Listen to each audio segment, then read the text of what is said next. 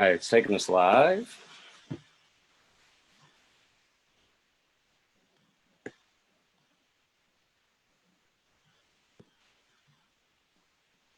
We'll be live on the Herald page, and it'll be saved there for you too. On what page? The Cincinnati Herald page. Cool. All right. Okay. All right, I think we're there. Let me pause and mute this screen. Check me out on this one. Make sure we're in good shape. Give everybody a hot second to join in.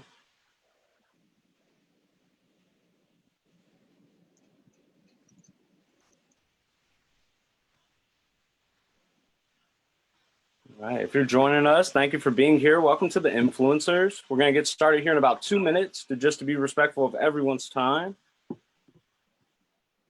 We are live from Zoom, but we are streaming directly to Facebook. So if you have comments, questions, or anything, please feel free to drop them in the comment section below. We've got an amazing show for you today. I'm super excited to be here with one of my best friends who's doing major things. And we get to talk the great tech stuff that I absolutely love, the unsexy stuff. Directly to Facebook. So if you have comments, questions. Sorry for the background chatter. We're trying to make sure we got all of our angles together. Okay. Give everybody about 2 more minutes to hop on. We're excited.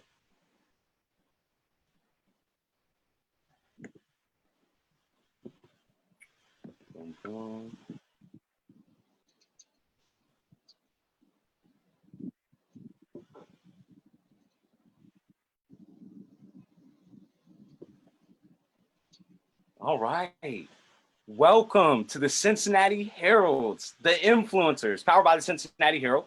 We are super excited to be here today. My name is Jourdan Ivory, and I am one of, I believe there's 6 of us now, 6 hosts of the Cincinnati Herald's Influencers. We have shows on Saturday morning at 11 a.m. and every Saturday evening at 6 p.m. And we're talking all great things.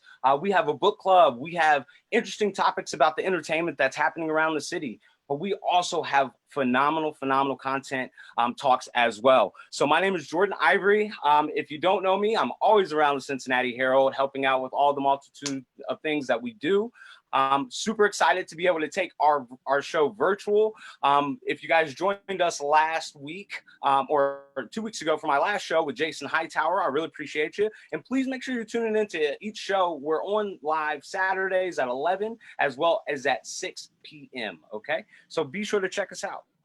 Today, I'm super excited to be with you to tell you about my amazing best friend, Daniel Erazo. But to tell you a little bit of background in regards to what we did together, I met Daniel late in life, okay? Adult friend. He's one of what I call my day twos, okay? We should have met each other. We're from the same city, okay? We're from the same city. And amazingly enough, we had so much in common. And it was a conversation that was super duper intellectual. Dan continued to push my mind and push the edge of what I was thinking tech was and showed me that it was so many different things. And as he started on his journey, he gave me the ability to work with him and create content that he then later utilized to kind of ramp up to where he is today. So I don't want to give you a big long bio on Daniel Erazo. So let me turn the mic over to my man, Daniel Erazo. Please tell us about yourself, Dan. My man, Jourdan, I appreciate you. But you just took me back thinking about that photo shoot for the Marcus Graham internship, bro. Thank you. I appreciate you for that. Yes. Always looking out. A day 2 for sure. I'll give you that. What's up, y'all? Dan Erazo, like Jourdan said, also from Dayton, Ohio, but have my roots in Cincinnati as well. Family's from there. I went to college at Miami University just outside Cincinnati. Kind of went down a sales path early on in life.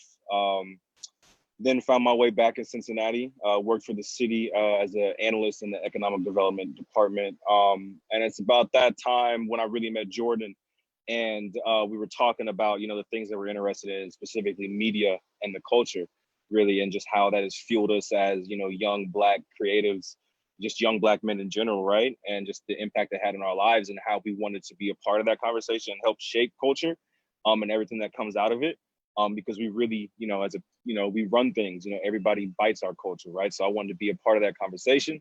I mentioned the Marcus Graham Project earlier. I always wanted to get into marketing and media and tech with that. So how was I going to make that happen? Just had to have an internship and just had to kind of get dirty with it. And now I guess I'm where I'm at. I'm working at TBWA Chiat Day here in New York City, working on the accounts of Travelers Insurance and Dial Soap. Before that, I was at Translation LLC, owned and started by Steve Stout. So when you think of Steve Stout, you think of the careers of Nas, Mary J. Blige. He's really a steward of the culture. So yeah, that's kind of where I'm at and what I'm doing, doing a lot of brand work for different people. So I've worked with, the Black owned brands. I've also worked at, companies where there's maybe 5 to 10 of us working. So I've kind of done a few things, but always looking to do more. And I think that says something about the Midwest. You and I always have conversations about the roots of Dayton and Sure. just being from Ohio and the ability to come from a creative space, but to be able to create. Tell us more about content marketing as we build out into the community with protests, right? As we, infiltrate these streets and we are affecting businesses, we're affecting communities in a multitude of different ways with art on walls, with stuff that we're seeing in the digital space. And content marketing sometimes just gets talked about in like a social media kind of realm. But realistically, content is everything that's being put out and received, right? So talk to me about, because you have a really, really interesting background in content marketing. Tell me more about how you think content marketing is truly thriving or maybe just surviving right now. I think it's totally thriving because content marketing is brand marketing at the end of the day. And brand marketing is controlling the brand narrative, controlling that cultural narrative, whatever it is, right? And that's extremely relevant right now. We look at the COVID world that we're living in, right? Every brand, you're seeing people make statements about what's happening, what's tomorrow's going to bring. They want to be a part of that conversation. And now we look at this new movement, that we're seeing of us speaking and having a voice and saying we're tired of the norm and we want to change that conversation. That's a brand. That's a brand conversation, and that brand is this movement. So I think content marketing plays a big part of it because we can control that narrative. We're controlling the narrative as it is. Like, look at the news. Look what you're seeing on the news. You're seeing people like us in the street, making a difference. I saw it when I was at home in Dayton. I saw it in Cincinnati. I see it here in New York. So I think it has a big piece of it, and it's up to the young creatives on the ground with the cameras, hopping on Facebook Live, creating their own content to tell that story and to really have people see it raw from the source, Wow. I know we talked about our talking points today. You just really kind of gave me the perfect transition into what we're going to talk about next. New times, new strategy. Social tech gap is something that is near and dear to my heart, and I know yours too, as we both have older parents, okay? Older than us, okay? Not old, right? All right, Mama, I did not say that, okay? But older than us, right? We try to force technology on them so that way we can kind of still have the comfort of being around each other, right, in this virtual space, even before COVID, right, and the pandemic, but being in this virtual space so that way we can connect even from NYC, whereas you and I used to always be together. Now we're still able to connect via FaceTime and Zoom. So in that space, a lot of people have had to transition into utilizing technology that they've never experienced before. So Zoom, right? Google Meetings, GoToMeetings, so and Microsoft Teams, right? Microsoft Teams did a huge sprout during this time. And a lot of that stuff is content. You said something super magical in regards to the young people in the streets with their phones, okay? And just individuals, right, with the ability to record from their handheld device. New times are creating new strategies and ways that the word is getting out. In terms of content marketing, how do you see the consumer's mindset changing as we get more real deal footage and lifestyle kind of shots from influencers, even in terms of content marketing? So these protests, right? We see those raging in the streets, but we see that image from a firsthand perspective. Do you think that that's shaping the consumer? Do you think that that's shaping the way that content is really being viewed and received?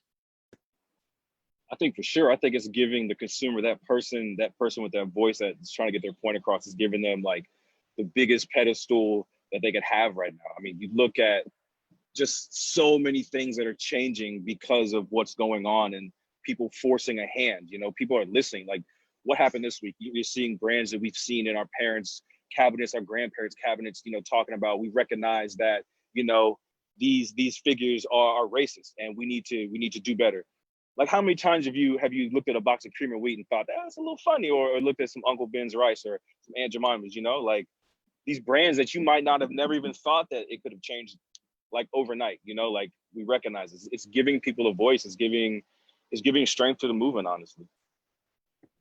Yeah, that fuel to the movement is so necessary to keep it going. And I know you and I both know that firsthand. Brands are entering the conversation left and right, up and down, right? Brands are coming from all angles, and some are saying absolutely nothing during these times. And being a digital strategist, I always, with a PR background, I always worry about how the optics look, right? What's really taking place in the digital sphere from what we're pushing out, but also how it's being received. During this time, how are some brands succeeding in their content marketing that's showing support to the movement? And how do you think some brands can kind of rev it up? I think to answer both those questions is all about being honest and true, and being true to the brand and knowing yourself as a brand. Because let's be honest, there are brands that have every right to speak right now, you know, but there are also brands that have every right to stand to the side, and maybe you don't need to say anything because you don't have a platform to stand on, and you know who your client base is, and you know what your brand ethos are. You just don't have that voice, because if you do come out and say something, people are going to call your bluff and just be able to say, no, that's totally not you. Like that's the worst thing that you could do as a brand, you know, especially in my role now as a brand steward. My job is to make sure that you don't have those things happen, and that the right message gets, you know, given across. Yeah, a lot of people are saying things right now, man, and there's countless brands that are doing it right. I mean, you look at, the first thing that comes to mind, you know, Nike, you know, changing up, you know, having a play on words of their amazing statement, just do it, that you never really seen them tweak that. But, you know, at a time like now, yeah, this is the right time to tweak that message, you know. It felt genuine. It felt very on brand to them. It did. It makes you feel good too when it comes from an authentic space. You know, I think that a lot of times we see through a lot of the non-authentic, you know, the ingenuine kind of things that are being posted. Um, Content marketing brings people together whether they know it or not. You know, content marketing has been around for decades. You know, propaganda is content marketing, billboards are content marketing, the back labels of, you know, your Fruit Loops, that's content marketing, right? People don't always know how much goes into that. Tell us from the corporate side kind of all the things you see in terms of brand management, right? You were able to take on an internship with the Marcus Graham Project, which is a phenomenal experience. And actually, before we go forward, talk to me about that. How has the Marcus Graham experience kind of shaped your journey to where you are right now, and living in these times during a branding, you know, true crisis? Man, Marcus Graham Project changed my life, first of all, because the advertising, the media space, like as much as we have our buying power as Black and brown people, as much as we control culture and everybody bites the things that we do, because at the end of the day it sells, we are not in those rooms that make those decisions. We are not, you know, executives at these companies. I'm sure a lot of people have seen on Twitter, you know, companies coming out and releasing the numbers on, you know, executive leadership and the women that are in these roles and the people of color that are in these roles. We're not in these rooms. So I always knew I wanted to be in this industry. I just didn't know how to make it happen, you know, especially being a kid from Dayton, Ohio. You know what I mean? I always saw it on TV. I was always consuming it. How do I make this happen? I didn't know what agencies were. I didn't know what a brief was, you know. strategy sessions. I didn't know how this existed. So, you know, the Marcus Graham Project is really, it's an organization that, you know, grooms the next generation of great media and advertising professionals. It's an intensive 6-week boot camp in Dallas, Texas. You come down with people that you don't know, 10 to 15 people. You create a pop-up boutique agency, and you work on real clients, real briefs. Jourdan, you asked, how did this help prepare me for where I'm at now in this crazy time, this crazy landscape? The brief that I worked on during the Marcus Graham summer was for Diddy's Revolt TV. We worked on covering, at the time, the election campaign of Hillary versus Donald, and more specifically, the Republican National Convention and the Democratic National Convention. We want to talk about polarizing times. That was a crazy, you know, thing to cover. We were on the ground at a Trump rally. Now imagine, you know, about 12, 15, you know, brown, Black millennials, you know, coming up and not even confronting, just, you know, coming with open arms, just ready to listen, ready to have dialogue with people that don't look like us. And let's be honest, at the end of the day, we probably know they don't like our presence there. Insane, great content came out of it. Just really prepared me to be able to be prepared for the unimaginable situation. You know, you just got to be able to roll with the punches and, you know, get through it, you know? Definitely. You know, I think a lot of the processes that are put into place beforehand, the most proactive you can be, you know, and the less reactive you have to be then. You know, with PR, with content, it's so crucial. And any sort of mix up or mess up can really, really change the the full force message, even the low hanging fruit. You know, it really it can mess it all up. So that brand management is truly crucial. Now, let me dive into that question. How many people does it take to really run a brand? Because as much as we talk about corporate America, right, the small business owner is running and managing a brand, right? This movement is a brand, and it's being shaped in so many different spaces and faces. Tell the people, how many people does it take to run a brand, you know, and make a brand happen? This is a spontaneous question, guys. Oh man, that's a tough question, man. Sheesh. I don't even know how to put a number on. That's a great question, man. Let's look at it this way. So you have the brand, right? You have the brand team. You have, you know, your brand managers, and you're gonna have your executive leadership that overs, like, you know, like an executive vice president of like advertising and marketing. So let's say their team, depending on the organization, let's say that team's anywhere between 15 to 30 people, right?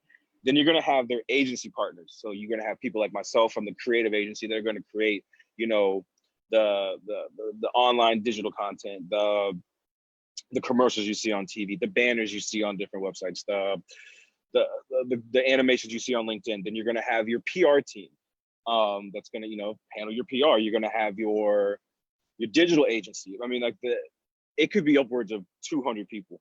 But at the same time, the shift is kind of, I'll be honest with you, agencies are dying, and people are finding that they can really do it better with their own teams on the inside without having to spend those dollars on the massive teams like I'm speaking of, you know? So it could be anywhere from 5 people, you know, or it could be upwards of 100 people. See, so that was a setup. Okay. And I appreciate you riding with me on that, because I don't think a lot of us have that experience of large scale branding.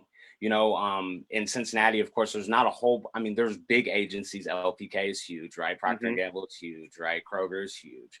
So talking about those, but in the real landscape of things, there's not really anybody in our space really kind of talking about what it truly looks like full force from the corporate perspective, and how many people are actually involved, but also how that is evolving, you know, and how the teams are kind of being cut down. You know, and of course, everybody's under budget cuts right now, you know? So, you know, I think it's amazing what you're doing at TBWA. I constantly see you at work, you know, and seeing you guys shift to like the virtual space. Okay. Seeing you guys shift to the virtual space. you have to be on set. So how are you on set and at home in the virtual space? How are you working remote Oh and on man. set? So that was when I was home. We shot 2 commercials. It was a 6-day shoot. And honestly, it shouldn't have happened. The only reason it happened was because there was 2 states that had laws in place at the time where you could do things on the ground like that. Of course, with stipulations around it. It was Texas and Florida. Unfortunately, we're seeing what's happening in those, states now because of, lax laws, but we're not here to talk about that. We were able to do a virtual shoot with an amazing director, Lance Accord. He actually came up under Spike Jonze shooting music videos for MTV back in the 90s. Shot 2 amazing spots over 6 days. The director is in LA. The agency team, we were in New York. I was in Dayton. Our clients were all in Connecticut. So, I mean, being on set, you know from the things you do, being on set is an intensive all-day process. With that said, it was an even more intensive all-day process, probably 18 to 20-hour days. The bright side of that was because we were all virtual, it was so easy to hear direct feedback from the director, from the DP, from the line producer as they're there on set, as they're there working with the actors and the people setting up the actual scenes.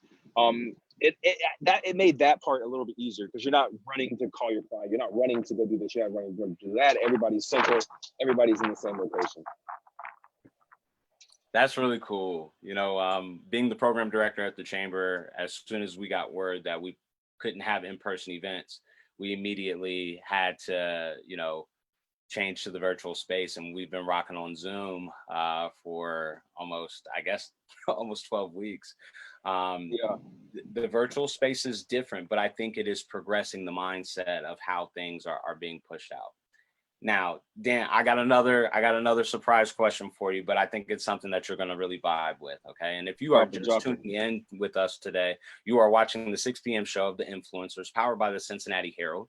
Please make sure you check out the CincinnatiHerald.com, okay? And if you don't have a subscription to the Cincinnati Herald, please, let me tell you, it's incredibly affordable. It comes to your mailbox every single week. It's in high def print. It looks good, okay? It really looks good. The Cincinnati Herald is always a quick read for me.